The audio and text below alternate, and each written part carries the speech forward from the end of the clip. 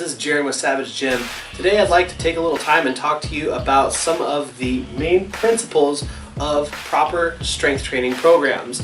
Now, the reason that this is going to be important is very similar to kind of what I had discussed in the nutrition video earlier this week, in that having a working understanding of the different moving parts of a strength or even a nutrition program are really what you need to be able to be successful in either creating your own program or evaluating one that you're purchasing from someone else. Because I guarantee that all of the successful programs that you will find or put together are going to implement some kind of manipulation of these different variables and principles. And so my goal is to kind of give you a quick overview of what these principles are, so that way you are empowered with those skills. Now, the first principle that we need to manage with putting together a strength training program, and this is by and far the most important, is going to be the principle of overload. And what that basically means is that your training must become more difficult over time.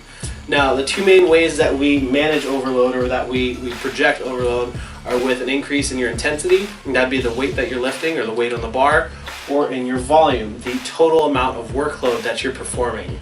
So that means over time, if you were to make any kind of progress in strength, and this principle actually applies to pretty much all other types of training, whether it be for hypertrophy or if you're training for fat loss, there must be some element of overload there. It means you cannot come in and do the same weight for the same number of reps or the same intensity over time and expect to get any progress, because your body will adapt to whatever that particular stimulus is. And so we can add weight over time, we can add more sets, more reps, more volume at a given weight. Those are our two main ways of pushing overload. It's important though that as we overload, we're staying within your body's ability to recover from that training, because too much overload over time will cause a decrease in performance, and we'll talk about that as we kind of move up this pyramid here. The next piece that we need to pay attention to is fatigue management. Now, all training has a cost to the body because it disrupts homeostasis. Left at rest, your body would like to just stay exactly how it is, and the whole point of the training that we do in the gym is to cause some kind of stimulus to cause your body to change and take it out of that comfort zone that it's currently in. Anytime that we do this, there's a cost. There's fatigue that's involved with taking yourself out of that state of homeostasis. And so when we look at principles of managing fatigue, we are acknowledging that whatever stimulus that we're imposing on the body in the form of overload, it is going to have a cost to the energy systems of the body, whether that's the fuel, whether that's the connective tissue, whether that's the chemical messengers in your body that send signals to the muscles. All of these things have to pay a price anytime we impose a certain stimulus. And being able to manage those things in a productive way is how we make progress over a long period of time. And so the main point here is to basically stimulate without annihilating. We want to do enough work to cause change in the body, and we want to allow enough time for the body to recover, for us to get the positive adaptation. Which brings us to our next main principle, which is stimulus recovery adaptation. And now with this, I just kind of drew a quick graph here. What this does is it really kind of gives you a visual idea of what we were talking about with fatigue management. We want to be able to impose a stimulus on the body in the form of our training. What that's going to do is it's going to have a cost for taking us out of homeostasis, and that disruption needs time to recover. So when we train, we have a cost, we need time to pay back that cost, so that way we can see the positive adaptation from our training. If done correctly, the next training session will now start from this point where we impose a stimulus, and then we give it time to recover, and then our adaptation takes us up further and beyond.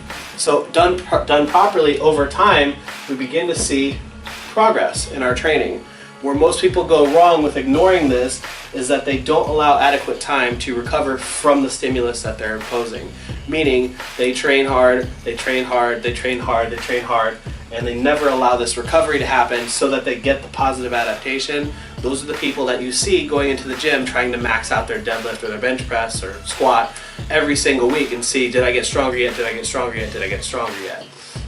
And so it's important to know the cost and the benefit of your training and how to organize those things in a way that you can make long-term progress without perpetually running yourself into the ground.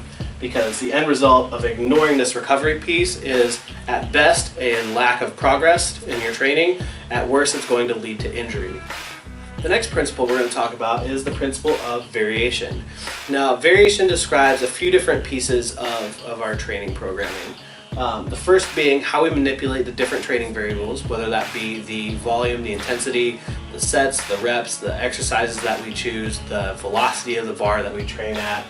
Those are all different variables that we can manipulate over the course of a training cycle. Typically, in general, we want to move from a place of high variety and typically higher rep ranges down to low variety, going more specific towards in powerlifting's case, the competitive movements, the squat, the bench, and the deadlift. That's one form of variation. Another form of variation is how we program and select our accessory movements to address different weak points. And so we may plug one exercise in for a period of time and then pull it out after we've gotten what we wanted out of that exercise. That's a form of variation. But basically, any successful program is going to utilize these different variables at different times over the course of a training cycle, and knowing how to do that is important in putting together a sound strength program. That organization brings us to the next principle, which is phase potentiation. And what this basically means is that we address these variables and we utilize them for certain periods of time to get a desired result. And when we've gotten that desired result, we move on to the next phase. A good example of this is block periodization, where for a period of time we work on hypertrophy, typically more exercise variation, higher rep ranges. The goal is to build more muscle tissue. Then moves to a strength phase where our goal is to take that new muscle tissue and teach it how to be strong. After we've gone through that strength phase, we move into a peaking phase prior to a contest where we drop down the volume and we just train the specific competitive movements, so that way we can take that new muscle tissue we gained from the hypertrophy phase, the strength we built in the strength phase, and peak it for maximum performance on competition day. If you're not a competitive lifter, then understanding that there are periods of time that we spend building new muscle tissue or spent on hypertrophy, and times of the year that we spend on building strength, it's important to know how to utilize each of these different phases to get the most out of them. What this does is, over a long period of time, by paying attention to the different ways that we can organize our training, allows us to keep making progress year after year after year, because we see and recognize the importance of each of these different phases of training. Now, the last principle is that of individual difference. This is the place where we look at the difference between trainee to trainee in regard to their maximum recovery ability, as we talked about down here in fatigue management, their training age, so how long someone's been training. Typically newer lifters are going to respond to training a lot faster and a lot more aggressively than somebody who's been training for 20 years. The exercises that we select to address their specific weak points, so how to program accessory work, and then also lifestyle factors, like if you live at home with your parents and you sit on the couch all day long, you're probably going to recover from training a lot differently than someone who works a graveyard shift or works 18 hours of construction or something like that. And so those factors are important when putting together, how we organize our training and utilize these other variables. But this is still the last piece of the puzzle, and our main focus should always be on overload, fatigue management, and then also being able to recovery from the stimulus and training that we are imposing with the different exercises that we do. Encapsulating all of these principles, and it's actually the most important, again, kind of like how consistency was with nutrition, is the principle of specificity. And what that means is that your training must match what your goal is.